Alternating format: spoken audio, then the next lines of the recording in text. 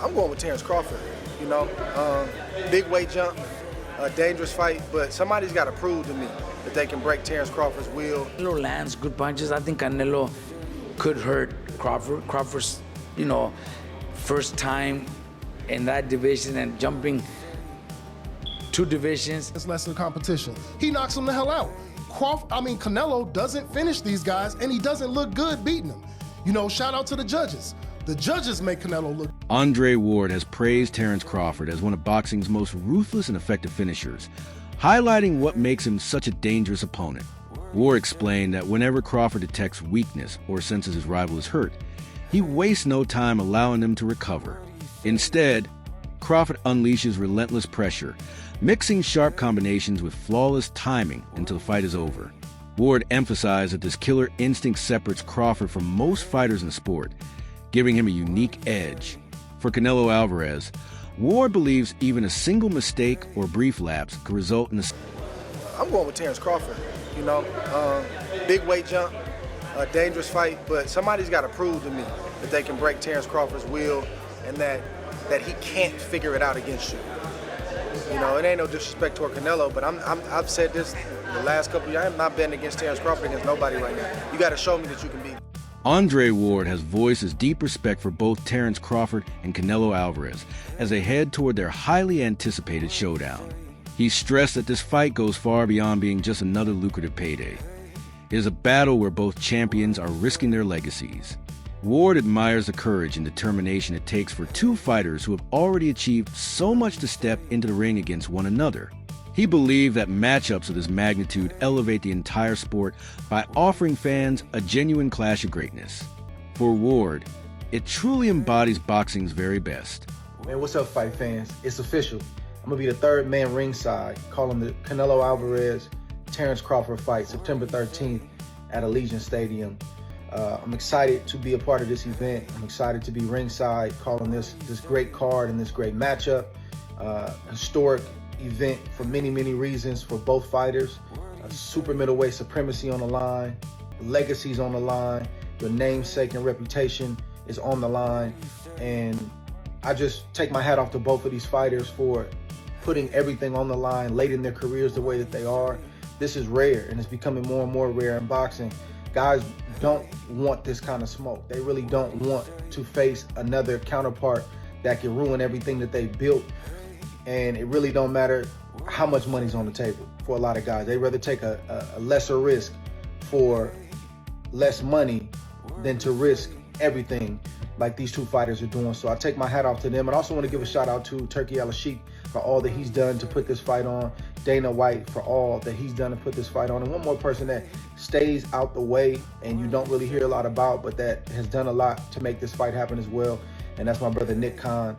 He just gets stuff done, man. And I want to thank him and shout him out as well for getting this done. So I see y'all in Vegas, man. Part of me wants to be home watching this fight in street clothes, but I got to take the street clothes off.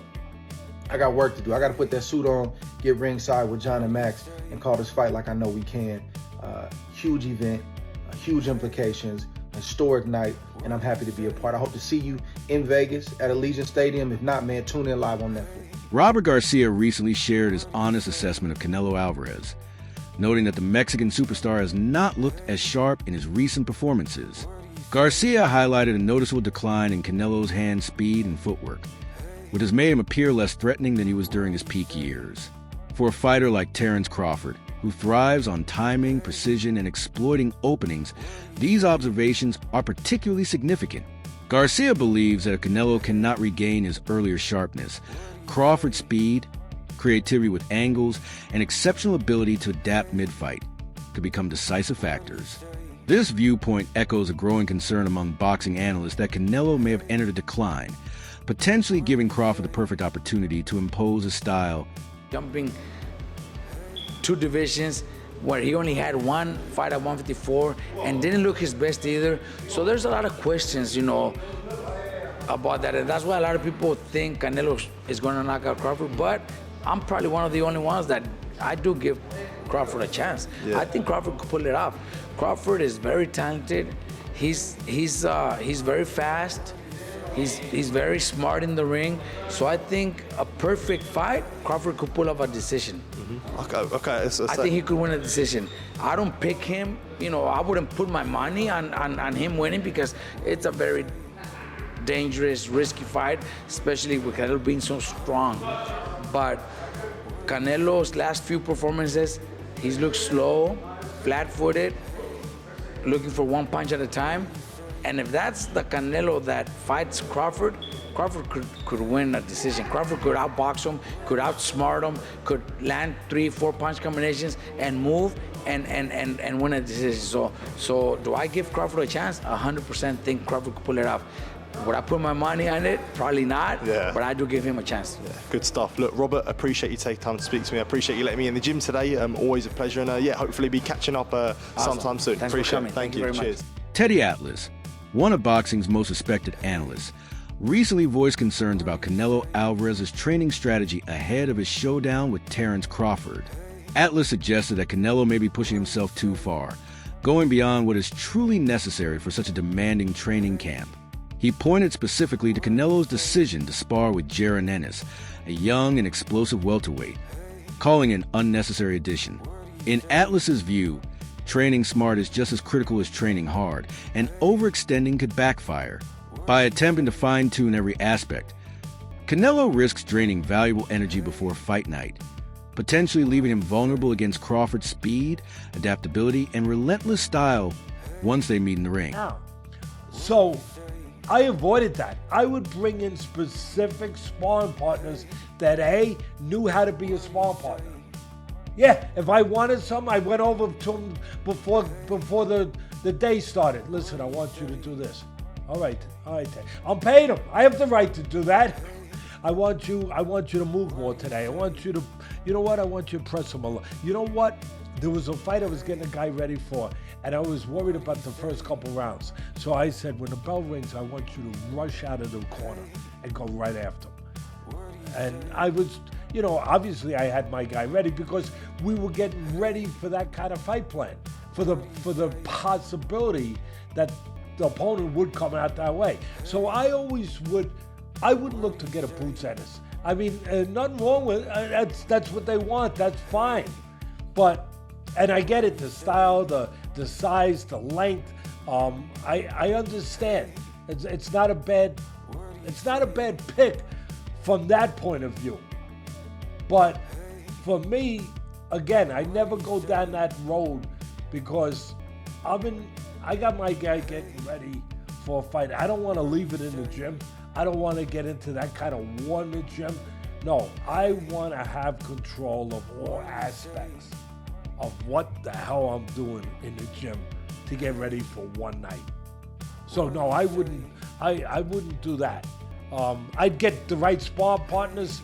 If I thought I had a guy, I get guys that my guy could work with, and if he was having an off day, he could kind of, have his way and do what he wanted with the guy. I'd have one of them. I'd probably have 3 guys, sometimes 4, depending on where we were at, with the calendar when the fight was coming up. Building on his earlier comments, Teddy Atlas cautioned that Canelo Alvarez's toughest challenges might already be unfolding in the gym rather than in the ring. He suggested that Canelo is pushing himself through sparring sessions so intense they may look impressive on the surface, but risk draining him before the actual fight. Atlas stressed that every fighter has a limited reservoir of physical and mental energy, and if those reserves are depleted in training, the consequences on fight night can be severe. He likened it to leaving your best performance behind in camp rather than delivering it on the big stage. For Terence Crawford, this could become a decisive advantage, as a fatigued or less explosive Canelo would struggle against a precision and relentless pace. And a lot has been taken out of you in the gym. You left it in the gym. And we heard that Jaron Boots Ennis was getting the best of Canelo Alvarez in his sparring sessions.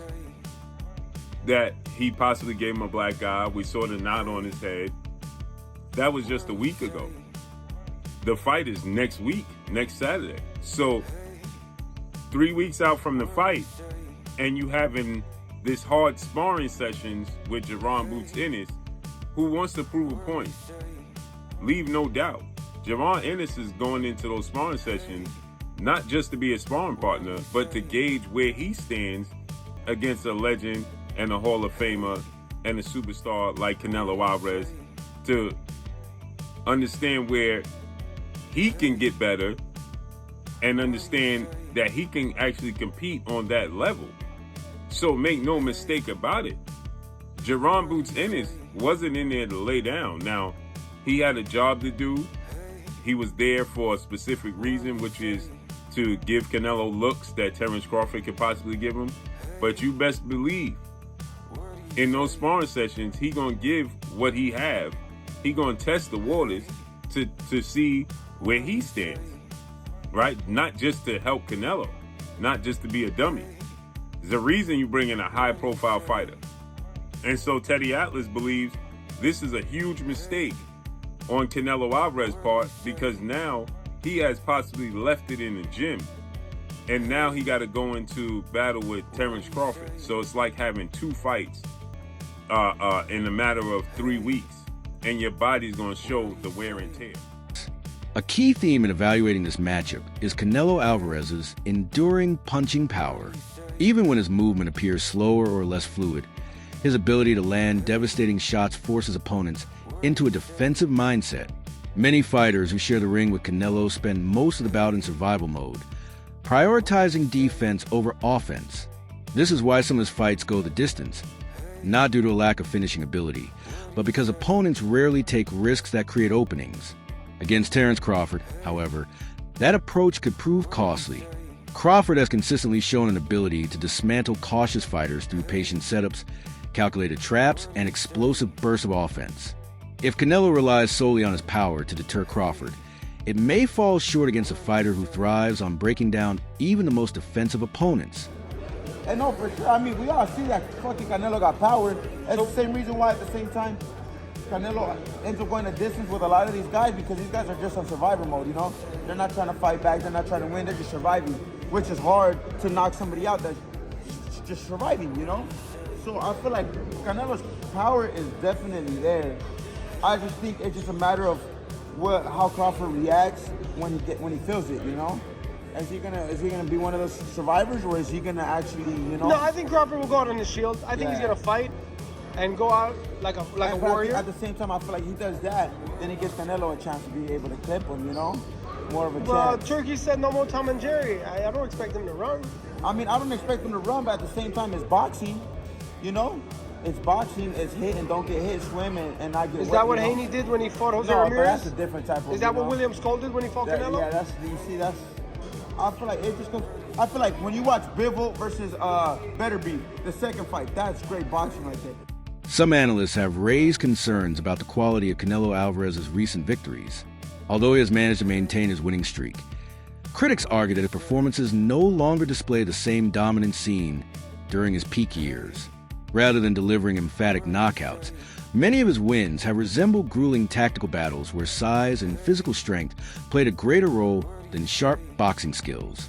Terence Crawford, on the other hand, enters the matchup with a far more versatile arsenal. His slick combinations, seamless stance switches, exceptional ring IQ, and fluid footwork consistently trouble elite opponents. While Canelo often leans on power and physicality, Crawford's layered skill set enables him to dictate tempo and impose strategy. This disparity in attributes has led numerous experts to give Crawford the edge despite Canelo's stature and accomplishments. He knocks him the hell out. Canelo doesn't finish these guys, and he doesn't look good beating them. You know, shout out to the judges. The judges make Canelo look good for the past 6 fights. And so now we sit here, you know, what is Canelo going to do against Crawford? And while some of you are saying, you know, domination and weight, really the only thing that I hear is his weight, his power, his weight, his power, his weight, his power. And that's all that he has. But when I get to talking about Crawford, we'll dive into that. Well, to Byron's point, the last quality, super quality fight that Canelo had was against Dimitri Bivol, and we all know what happened with that. You know, no, I thought Caleb Plant was a good opponent. Oh, I thought Caleb Plant was a good opponent. Well, it was Caleb Plant, then it was Bivol. Yeah, right. Plant, then Bivol. Well, don't forget to point out that Bivol came down, right? No, that was 175. Canelo went up. Canelo went up. So that kind of puts Canelo at a disadvantage, right? He tested. Yeah, I he's mean, if you want to tested say be that, great. if you want to say that, I mean, you know, I can. But I mean, I'm not saying that that's an excuse for him for losing. I'm just saying, hey, you know, if you're gonna test yourself to be great, you gotta wear the consequences. So let me ask. So no, you're right, 100%. But let me ask you a question. I'm just asking because I don't know. Like, so when you watching that fight, did you think it was a weight issue, or did you think it was more of a skill and boxing thing when watching that fight with Bivol and Canelo? I thought he was skill. outclassed. I agree. Yeah, it was He was outclassed. And it looked like he was being outclassed by basic fundamental boxing. Yeah. That's what I'm saying. So that was my point. That's what I'm saying. Right, I don't think Bivol's weight had anything to do with him because Bivol's not a knockout artist. And this legendary power that y'all speak of, this ass-taking Zeus god power that he has, it did not. Gabe Rosado has expressed that he favors Canelo Alvarez in this matchup, primarily because of Canelo's proven experience on the sport's biggest stages. Rosado emphasized that from the start of his career, Canelo has consistently tested himself against elite opponents under intense spotlight, building a resume full of high-pressure moments. By contrast, he noted that this fight represents Terence Crawford's first time entering a stage of such global magnitude. While Rosado fully acknowledges Crawford's skill, he believes experience is a decisive factor at this level. For that reason, he leans toward Canelo, trusting his track record in major fights. I favor Canelo. Not by a lot, but I do favor him. I just think that, I think the Skull fight was just a bad style. And I think Canelo was like, why force the issue? And I mean, I'm up. This guy's running. I'm not gonna take a chance. So I think that it was that kind of fight for Canelo. But Marjamov did give Crawford problems. You know what I'm saying? And where I felt like, damn, at 54, he gave you problems. 68 is different. You know what I'm saying? So you going up 3 weight classes, because he was 47, 54, 60, 68, that's 3 weight classes. It's a major difference, man. And one thing is like, right, so people are saying Canelo has problems with movers. But the reality is, Crawford's not a mover. Crawford's not a fighter that fights on his feet in the sense of boxing, kind of like, let's say, how a Pernell Whitaker would box or how Andy Lara would box. Crawford is a fighter that works on angles. He's not on his feet like Muhammad Ali. You know what I'm saying? He's not that kind of boxer. So he's going to be there to get hit, And I feel like that favors Canelo, because Canelo's going to hit you in the arms. He's going to hit you in the elbows. He's going to hit anything you give him, he's going to take it. You know what I mean? And now, is Crawford just going to switch his style and become a mover, moving up 3 weight classes? So now you're going to put all that weight on your legs, and you never boxed like that before. How can you do that? Showbiz the Adult has introduced what he calls a Canelo May curse, pointing out that each year in May, Canelo Alvarez often delivers underwhelming performances. According to him, the long layoffs after his usual September fights leave Canelo looking rusty when he returns in May. By contrast, September typically brings out his sharpest form, with dominant showings like the one against Jermall Charlo. Fans and critics often cite May performances, such as those against John Ryder or William Skull, as lackluster, while September fights, including those versus Edgar Berlanga or Charlo, reveal a much more dangerous Canelo. This trend could be a real concern for Terence Crawford if their clash lands in September. Still, not all analysis tips in Crawford's favor. Some experts remain skeptical of his ability to move up in weight. They point specifically to his performance against Israil Madrimov, where although Crawford looked effective, he was not as dominant as many expected. His punching power appeared less destructive, and at times his movement lacked the fluidity he displayed in lighter divisions. Critics argue that if Madrimov exposed glimpses of vulnerability, stepping into the ring with a seasoned, durable, and physically stronger opponent like Canelo will be an even greater challenge. While Crawford's skill set gives him the tools to outbox anyone, whether those strengths hold against a naturally bigger fighter remains a storyline only the fight itself can resolve. Mexican Independence Day, September. And in May, he always has a bad performance called the Canelo May curse. And come September, it's a better performance. His best performances are in September because since he only fight once a year, after September, it's a long layoff until May again, which is kind of like his tune-up fight where he looks rusty. I gotta see if this is true. So I brought up the box rec and I want to go through this with you guys to see if it's actually true. Now, if it is, that's bad news for Terence Bud Crawford, right? So let's look at this. May, William Skull. We're gonna go from recent to the past. William Skull, May. We all know that was a horrible performance to the point where people think Canelo Alvarez is, you know, he's not looking right. He's finally starting to kind of go down in his abilities, right?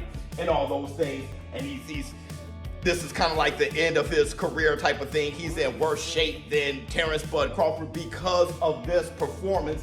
And I've heard people say that before, and I'm wondering if that's every May. So William Skull, bad performance, May. September, good performance, Edgar Berlanga. Lightning strike! Okay, we all know that was a good performance. Everybody was excited about that fight. Jaime Munguia, May! He's been very criticized about going 12 with Jaime Munguia, right? He knocked him down, but going 12 with Jaime Munguia, and people saw that as a horrible performance from Canelo Alvarez. I actually liked that fight. They were going at it, but people say. That wraps up today's video. Stay tuned for more soon.